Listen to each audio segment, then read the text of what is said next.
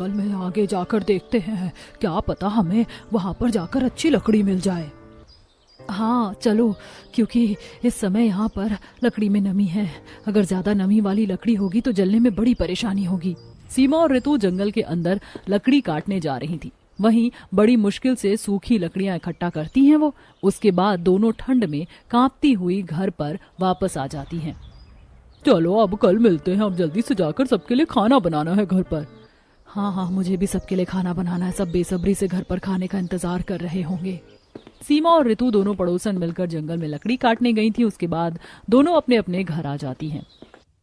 अरे बहू, तुमने आज इतनी देर क्यों लगा दी? हम लोग कब से तुम्हारा इंतजार कर रहे थे। मम्मी जी, जंगल में सूखी लकड़ी ढूंढना काफी मुश्किल हो रहा है आजकल, बस इसीलिए जंगल के थोड़ा अंदरूनी हिस्से में जाकर हमने लकड़ी ढूंढी। अच्छा तो ठीक है बहू, अब जल्दी से लकड़ी जला दो। मुझे तो बहुत ज्यादा ठंड लग रही है। एक तो ये रजाई भी इतनी पुरानी है, इसमें ढंग से ठंड तक नहीं रुकती है। जी पापा जी, बस अभी जला देते हैं लकड़ी। उसके बाद सीमा जल्दी से एक तसले में लकड़ी जला देती है। इसके बाद सभी उसके चारों तरफ बैठकर आग सेकना शुरू करते हैं। हाँ, अब जाकर थोड़ा सा कलेजे को ठंडक मिली है। कलेजे को ठंडक नहीं माँ, शरीर को गर्मी मिली है, वरना ठंड में कांपते हुए तो कुकड़ी सी ही बन गई थी मेरी। वहीं दूसरी तरफ चूल्हे पर सीमा सभी के लिए खाना बना रही थी। उसने सबके लिए दाल और चावल बनाए थे और वो खाना बनाकर जब सबको खाना परोसती है तो खाना देखकर सभी का मुंह बन जाता है। मम्मी, आज फिर से आपने खाने में दाल चावल ही बना दिया। हाँ मम्मी, कभी तो खाने में कुछ अच्छा बना दिया करो। हर रोज वही सूखे दाल चावल खाकर पक जाती हूँ। बच्चों, अब जो बना है खा लो। तुम्हें तो पता है ही कि हमें 2 वक्त का खाना भी कितनी मुश्किल से नसीब होता है। तुम्हारे पापा 2 वक्त का खाना जोड़ने में भी बहुत मेहनत करते हैं। हाँ बेटा, और खाने में चाहे कुछ भी हो, हमें हमेशा खुश होकर खाना खाना चाहिए, क्योंकि यहाँ पर कई लोग ऐसे भी हैं जिसे 1 वक्त का खाना भी ठीक से नसीब नहीं होता। इसीलिए चलो जल्दी से अच्छे बच्चे की तरह खाना खा लो। बड़ों के समझाने पर बच्चे मान जाते हैं और उसके बाद सभी खाना खा लेते हैं। रोहन भी रात को मेहनत मजदूरी करके देरी से घर पर आता है। तब तक घर के बाकी सदस्य सो चुके थे। क्या सब सो गए? हाँ, मैंने लकड़ी जला दी थी जिसकी वजह से घर में काफी गर्मी हो गई थी, इसीलिए सबको थोड़ी सी नींद आ गई है। सर्दी का मौसम है, गर्माहट में तो नींद आ ही जाती है। और वैसे आज आपने आने में बहुत देर लगा दी। बस क्या बताऊं, इतनी सर्दी है आजकल, काम भी बहुत ज्यादा हो रहा है। सोचता हूँ जितना ज्यादा काम ले सको उतना ही अच्छा होगा, ताकि 2 पैसे ज्यादा जुड़ेंगे तो हमारे लिए अच्छा होगा। वैसे ही घर में आर्थिक स्थिति इतनी ज्यादा खराब हो रही है। कोई बात नहीं जी, आप इतनी चिंता मत कीजिए। अपने आप को इतना परेशान मत किया कीजिए। थोड़ा बहुत आराम भी कर लिया कीजिए, वरना इस तरह इतनी कड़ी मेहनत करोगे तो अच्छा नहीं होगा, आपको बड़ी तकलीफ होगी। इसमें भला तकलीफ की कैसी बात है सीमा? बल्कि जब मैं अपने परिवार की जरूरतों को पूरा नहीं कर पाता तब मुझे ज्यादा परेशानी होती है। अच्छा ठीक है बाबा, ये सब बात छोड़िए, आप मुंह हाथ धो लीजिए, उसके बाद मैं आपके लिए खाना लगा देती हूँ। रोहन हाथ मुंह धोकर आता है और सीमा उसके लिए खाना लगा देती है। रोहन दाल चावल खा रहा था, तब वह सीमा से पूछता है, क्या तुमने खाना खा लिया? हाँ बिल्कुल, मैंने तो कब का खाना खा लिया था।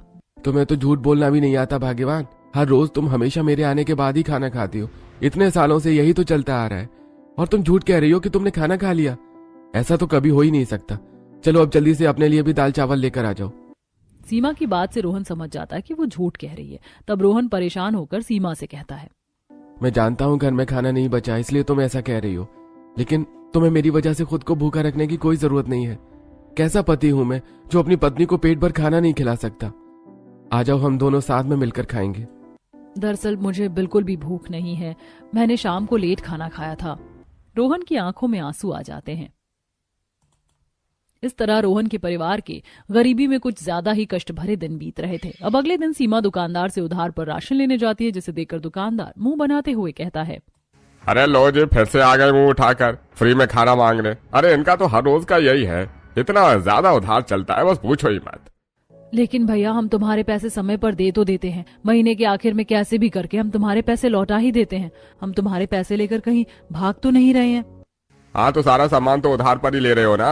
अरे हम दुकानदार को भी पैसों की जरूरत होती है। हर कोई हमसे ऐसे ही उधार पर राशन लेकर जाने लगा तो हमारा क्या होगा? भाई अभी भी मैं तुम्हें सिर्फ 2 किलो चावल, आटा और 1 किलो दाल ही दूंगा। खैर तुम्हारे लिए तो ये भी बहुत ज्यादा है। दुकानदार सीमा को उधार पर राशन तो दे देता है, लेकिन उसे ताना कसते हुए वो कोई कसर नहीं छोड़ता। इसी तरह समय गुजर रहा था और रोहन ठंड में मेहनत मजदूरी करके जैसे तैसे करके अपने परिवार के पेट को पाल रहा था। कुछ दिन बाद काफी ज्यादा कोहरा था और बहुत ज्यादा ठंड भी हो रही थी। पता नहीं आज इतनी ज्यादा ठंड कैसे हो रही है। आज तो एकदम कड़ाकेदार हवा चल रही है। एक तो हमारे घर की हालत काफी खस्ता हो रही है, हर जगह से तो हवा आती रहती है। अरे मुझे भी बहुत ठंड लग रही है। ठंड के मारे तो बिल्कुल जान निकली जा रही है। एकदम हवा का झोंका ऐसे सीने को छूकर जाता है कि बस पूछो ही मत। हाँ मम्मी, मुझे भी बहुत ठंड लग रही है, कुछ करो ना। रजाई में बैठने के बाद भी ठंड नहीं रुक रही। पूरे परिवार को ठंड में परेशान होता देखकर सीमा को कुछ समझ नहीं आ रहा था कि आखिर वो क्या करे। तब उसे एक तरकीब सूझती है और वह अपनी एक पड़ोसन के पास जाती है। अरे सीमा बहू, अंदर आओ, कैसे आना हुआ आज? कुछ नहीं काकी, बस आज तो ठंड बहुत ज्यादा बढ़ रही है। अब आपको तो पता है हमारे घर के हालात कैसे चल रहे हैं। इतनी बढ़ती ठंड में हमारा ठंड से बचना बहुत ज्यादा मुश्किल होता जा रहा है। हाँ सच में तुम्हारे लिए तो बहुत ज्यादा परेशानी है। एक तो तुम्हारे घर की खिड़की भी टूटी हुई और साथ में झोपड़ी पूरी तरीके से कहीं कहीं से टूट रखी है। इतनी भारी ठंड में तुम ऐसे घर में अपना गुजारा कैसे कर रहे हो, मुझे तो बिल्कुल समझ नहीं आता। बस काकी, और क्या कर सकते हैं, अब जैसा समय है वैसे तो काटना ही होगा। मैं कह रही थी कि आपके पास और भी गर्म बोरी हैं। पिछली बार आपने बोरी दी थी, उसकी वजह से हमारा बिस्तर बनाने में काफी आसानी हुई थी और अब हमें अच्छी नींद आती थी। साथ में वो काफी गर्म भी रहता है। मैं सोच रही थी कि उसकी मदद से घर की खिड़की को भी ढक दूंगी और रजाई के ऊपर भी लगा दूंगी ताकि थोड़ी सी सर्दी से राहत मिल सके। हाँ हाँ बेटा, मेरे पास तो बहुत सारी, तू चिंता मत कर, बस मुझे आधा घंटा दे। मैं अभी पवन को बोलकर ऊपर टांड पर से उतरवा कर बस अभी तेरे घर पहुंचवा देती हूँ। ठीक है काकी, आपका बहुत बहुत शुक्रिया। इतना कहकर सीमा वहां से चली जाती है और ये बात कमला का बेटा पवन पीछे खड़ा होकर सुन रहा था। सीमा के जाने के बाद पवन कमला के पास आकर कहता है, माँ, आपने भाभी से झूठ क्यों बोला कि हमारे पास घर में बहुत सारी बोरी है? अरे हमारे पास तो घर में एक भी बोरी नहीं बची है। जितनी भी थी हम उन्हें पहले ही दे चुके हैं। अब आप उन्हें कहाँ से दोगी? अरे तो क्या हो गया, तू अभी जल्दी से बाजार जाकर कुछ बोरी खरीद कर ला, उसके बाद उन्हें जाकर दे दियो। हाँ वो तो मैं ले आऊंगा, लेकिन आप उन्हें सब सच बता देती ना कि मुझे अभी बाजार से लेकर आनी होगी।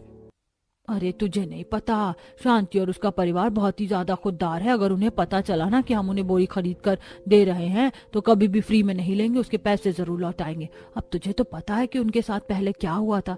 मैं उन्हें और परेशान नहीं करना चाहती हूँ। मैं चाहती हूँ कि मैं उनकी जितनी मदद कर सकूं उतनी करूं, लेकिन शांति का परिवार ना तो कभी मदद मांगता है और ना ही लेता है। बोरी का तो मैंने पिछली बार झूठ बोल दिया था कि तू अपने किसी काम की वजह से इतनी सारी बोरी लाता है और लाकर घर में ही भूल जाता है और हमारे किसी काम नहीं आती। वो अच्छा, तो ऐसी बात है। कोई बात नहीं माँ, मैं अभी बाजार से लेकर आता हूँ और लाकर उनके घर पर दे दूंगा। इतना कहने के बाद पवन वहां से चला जाता है और उसके बाद वो एक दुकान से कुछ एक्स्ट्रा बोरी खरीद लेता है। वह खरीदने के बाद वह सीधा शांति के घर जाता है और उन्हें सारी बोरी देते हुए कहता है, लीजिए आंटी, मम्मी ने सारी बोरी आपके लिए पहुंचाई है। अरे बेटा, लेकिन इतनी सारी बोरी लाने की क्या जरूरत थी? ऐसा लग रहा है तुम तो हमारे लिए सारी ही लेकर आ गए। कुछ अपने घर पर भी रख लेते, काम आ जाती। नहीं आंटी, ये हमारे किसी काम में नहीं आ रही थी, इसलिए मैंने आपको सारी दे दी। और मुझे तो बहुत सारी मिलती भी रहती है, तो आपको इतनी फिक्र करने की कोई जरूरत नहीं है।